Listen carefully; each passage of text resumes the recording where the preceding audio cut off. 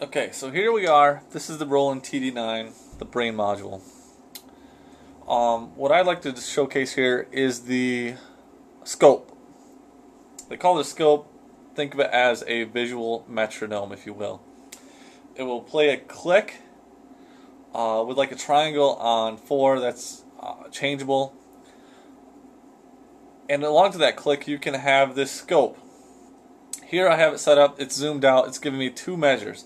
Each vertical line you see is 1 through 4 of the first measure and 1 through 4 of the second measure. Each horizontal line represents a drum. Bottom line being K, that's kick. So each time I hit it, it puts a notation corresponding to wherever I am in the time signature. So it goes kick on the bottom, snare above that, then the toms. The only thing is the toms, all 3 times on my TD9 module, they all come across the same line. There is no notation difference between the high tom, mid tom, or low tom. So as you can see, they all represent the same line. Above that, we have the hi-hat. Now there is no open-close hi-hat signature, nothing like that. It's just hi-hat. Foot doesn't even recognize on the screen. So pretty much I use it just to clear the screen, because if you want to just clear it out, play your next measure, try to learn something, it's great just to clear out the screen. So you just tap it, it clears it. Above that you have crash. Crash doesn't matter rim or head on a dual zone. It's just crash. All on the same line, again, just like the toms.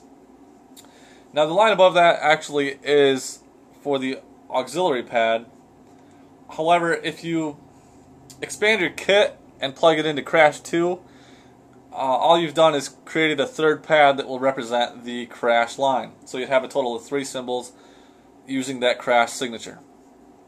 I expanded mine and put it in the auxiliary pad because the auxiliary will allow you to use that top line. So therefore I have the kick, snare, toms, hi-hat, crash, and because of the way I've expanded it, the ride. So there's the overview of the features. I haven't seen anybody else covering this, so this is why I want to emphasize the real capabilities of this TD9 module. So here for my click, I have it set at 90 beats per second. So if I hit shift and click, it will display 90 beats per second and 4/4 time.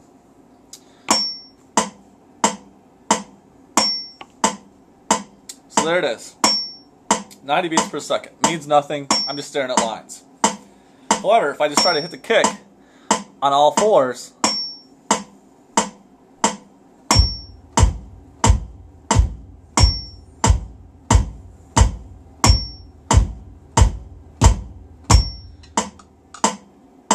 so there you can see how each time I kicked it, it gave me notation accordingly. And it looked like I was on time. However, zoom it in, and now I'm staring at 1 measure. Actually 1 beat, I'm sorry. This is 1 beat. Now try. Watch how sloppy I am as a drummer.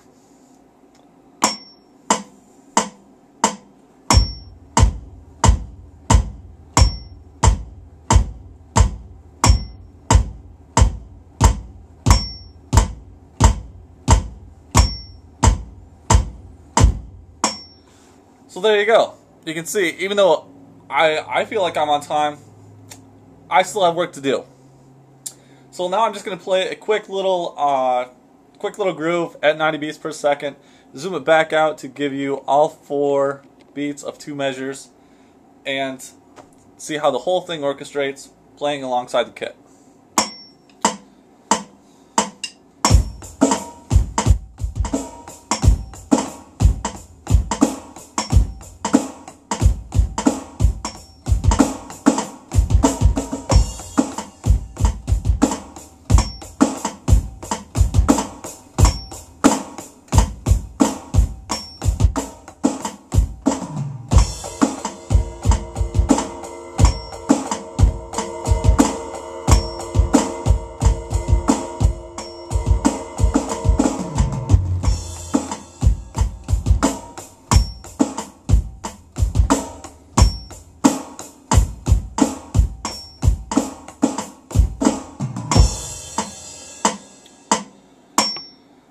So there you can see, sometimes I was on time, and other times I intentionally slapped it up a little bit just to drag the time behind and show you the true functionality of this brain. I have found that this tool alone was worth the price of the kit.